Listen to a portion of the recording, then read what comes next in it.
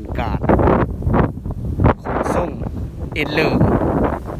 เรือเฟิ่งแห้งมาสาบ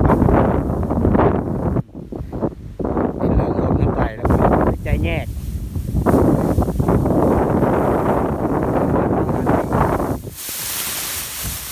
แล้วก็ทอดขาย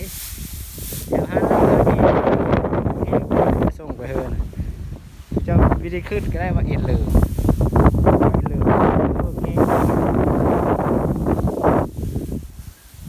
มาเด้อ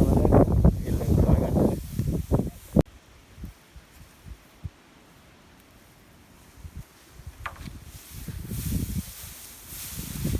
นนี้คือ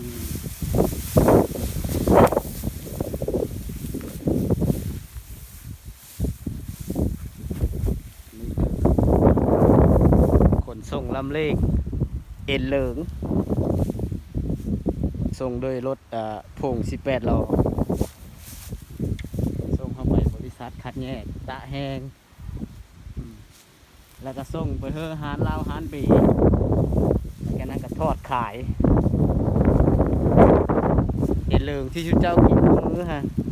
คือเฟิงแห้งที่ค่อยส่งไปนี่เลยสั่งไรเดอร์เพื่อสนใจสั่งได้เอ็นเหลิงปลอมเม็ดเฟิงแห้งได้เอ็นเหลิงบ้านคอยห้องเอ็นเหลิง